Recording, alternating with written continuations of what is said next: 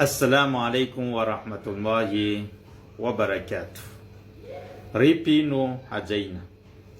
Ny teny manam-pahaizana anankiray manao hoe ny andro iainantsika eto ambony tany dia anankitelo fotsiny.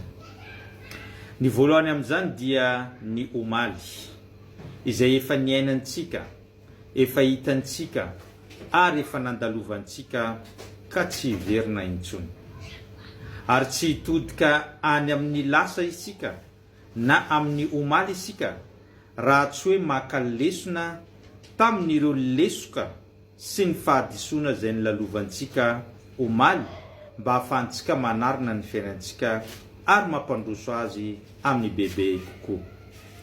Ary mijery ny lasa ihany koa tsika mba ho fanohizantsika ny soa vitantsika omaly ary faninanantsika amin'ny asa soa vitantsika omaly hampitombo an'izany bebe kokoa amin'ny androany sy rapitso. Ny andro faharoa izay iainantsika eto ambony tany dia ny androany. Androany dia eo ampelantanantsika saingy tsy haharitra izy io. Raha vao milentika ny masoandro dia tapitra ny androany, tsy misy asa vitanao ihany koa. Ary ny androany no fanomananao ny rahampitso. Miankina amin'ny androany no avinao rahampitso sy afaka pitso. Raha be torimaso anao androany, tsy niezaka anao androany, dia tsy hamiratra mihitsy no avinao. Fa raha ohatra kosa niezaka, nanao ny ainao tsy ho zavatra anao androany, dia hamirapiratra ny fiainanao apitso. Ny andro fahatelo dia rahampitso. Io rahampitso dia mbola tsy tonga, ary tsy misy mahalala izay seho ny apitso. Afa-tsy tompo zanahary izy rery izay nanamboatra antsika mahafantatra ny zava-miafina sy ny seho rapitso ihany no mahalala. Fa ny anjarantsika kosa maminavina sy mametraka ireo paikady sy ireo zavatra izay tokony ho ataontsika rapitso, ezaka, asa, fanompona, ny rehetrarehetra izay tokony ataontsika rahampitso.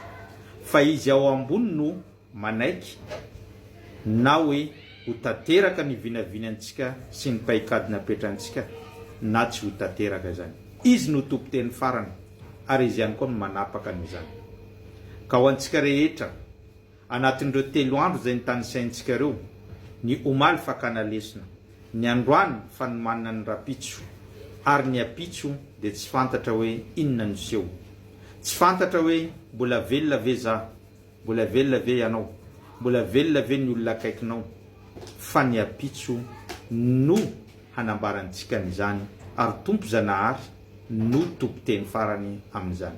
Noho izany, mieza ny manamboatra ny apitsonao, ary ny any ankoatra dia amboarina eto ambony tany, ary ny androany no hanamboaranao azy, satria ny apitso tenentsika mbola tsy fantatra ny toerana izay isy ianao.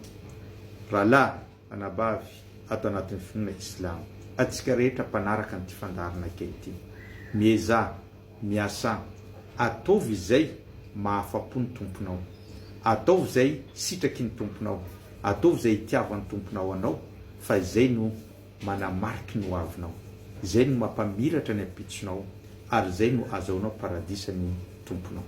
Izay no fampatsiavantsika tamin'ity androany ity. Abonneo, partageo, ary zarazarao sy ataovy j'aime, fa mbola maro ireo zavatra izay ho zaraintsika eto. Wassalamu alaikum wa rahmatullahi wa barakatuh.